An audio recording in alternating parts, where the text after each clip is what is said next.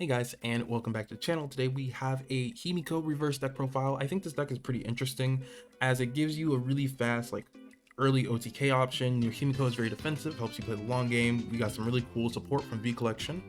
So that's what we're going to talk about today. Don't forget to like, comment, and subscribe if you at least enjoyed one part of the video today.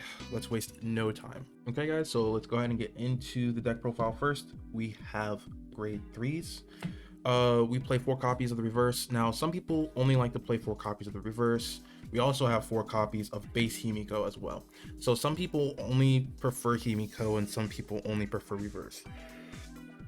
Long story short, Himiko I do feel like is the better grade 3 overall, as it allows you to trigger the trigger more than once more often. It's just really expensive.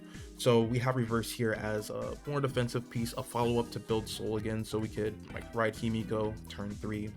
And end the turn soul charge all your stuff to ride this Himiko reverse as rest, also generating another force marker. Either you choose to go force 1 or force 2, and that game is up to you, but that's really nice. And then you can follow up with another Himiko on the next turn, or maybe you just stay on the reverse and you happen to have soul charged a bunch of crits and draws that game, so that way you get really good follow-ups with this card. Overall, I feel like you do need both, but you can also focus on one. I'd rather focus on the Himiko rather than the reverse, but it's a reverse deck profile. Then to round out the grade 3s, we have 4 copies of our Cosmic Regalia CEO Yggdrasil. You want 4 of these, but you guys will see later in the list, I only play 3 Norn, as during testing I actually tried a 3 count of Yggdrasil and a 2 count of Norn. It allowed me to play a lot of other interesting techs, and oftentimes if you're having a hard time finding space for techs, you're either going to cut your Yggdrasil Norn ratio, or you're going to start messing around with Himikos and things. But the 4-3 count seemed really nice. It allowed me to play some more important cards at higher counts, and she does search out your Norn.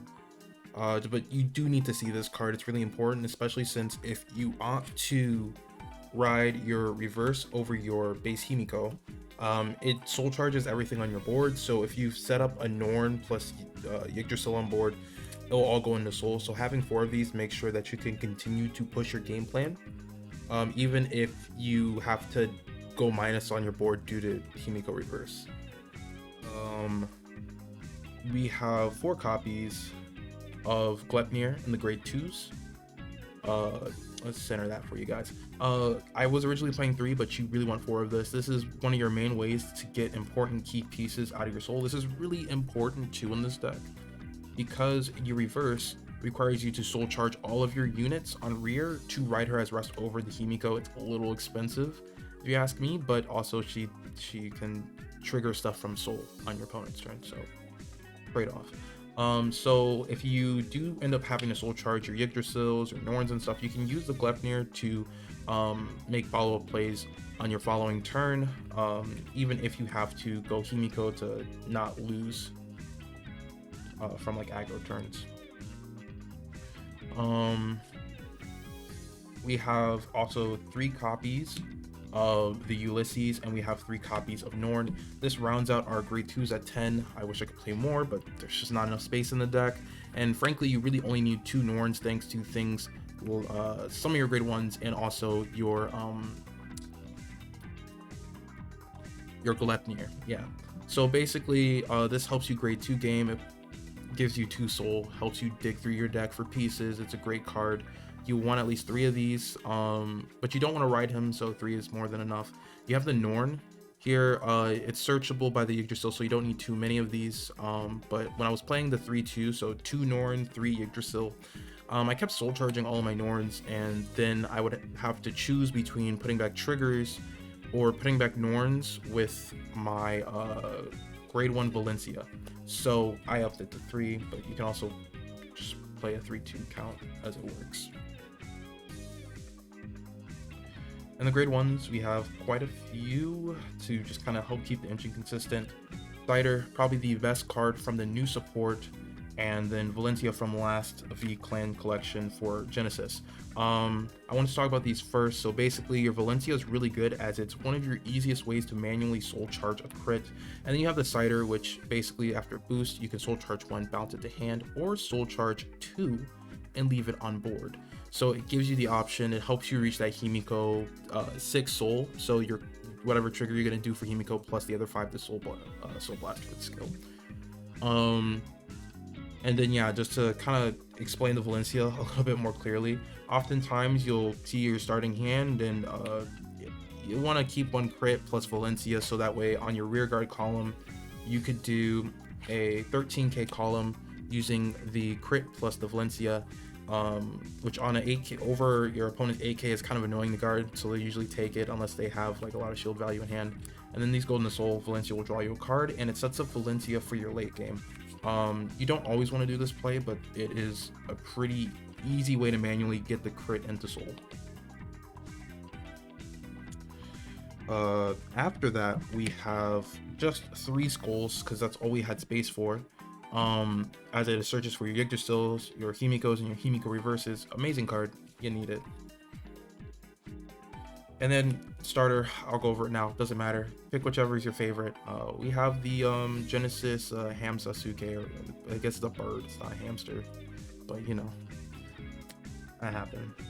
Triggers, 4 of the heals, searchable by skull, which is really nice. Sometimes you'll run out of shield value because you want your crits in your soul. This is also why we play the Himiko reverse, is because you want your triggers in the soul typically, at least not your heals but everything else. So them being in the soul, as long as you have an open counterblast, they're still alive, so there's that. But yeah, 4 of these. And then we play a lot of crits, so we play, this is a 10 crit build, so we have 8 copies of just like your whatever crits you have, and then 2 sentinel crits, and then we have 2 of the sentinel draws. I originally wasn't playing this, but I found that sometimes, even with more like a 4/4 counter Yggdrasil Norn or some of the other pieces you want to see, it's still kind of hard to not lose to like not having shield values and stuff, and sometimes numbers get really big that you can't guard, so having 2 of these is really nice. You can use this on your opponent's turn with the reverse to lock it, as you'd rather lock a draw than the crit, because the draw will at least draw you a card, the crit will not do much for you except for that 10k defensively. So these are just really nice if you soul charge them, otherwise they got some PGs.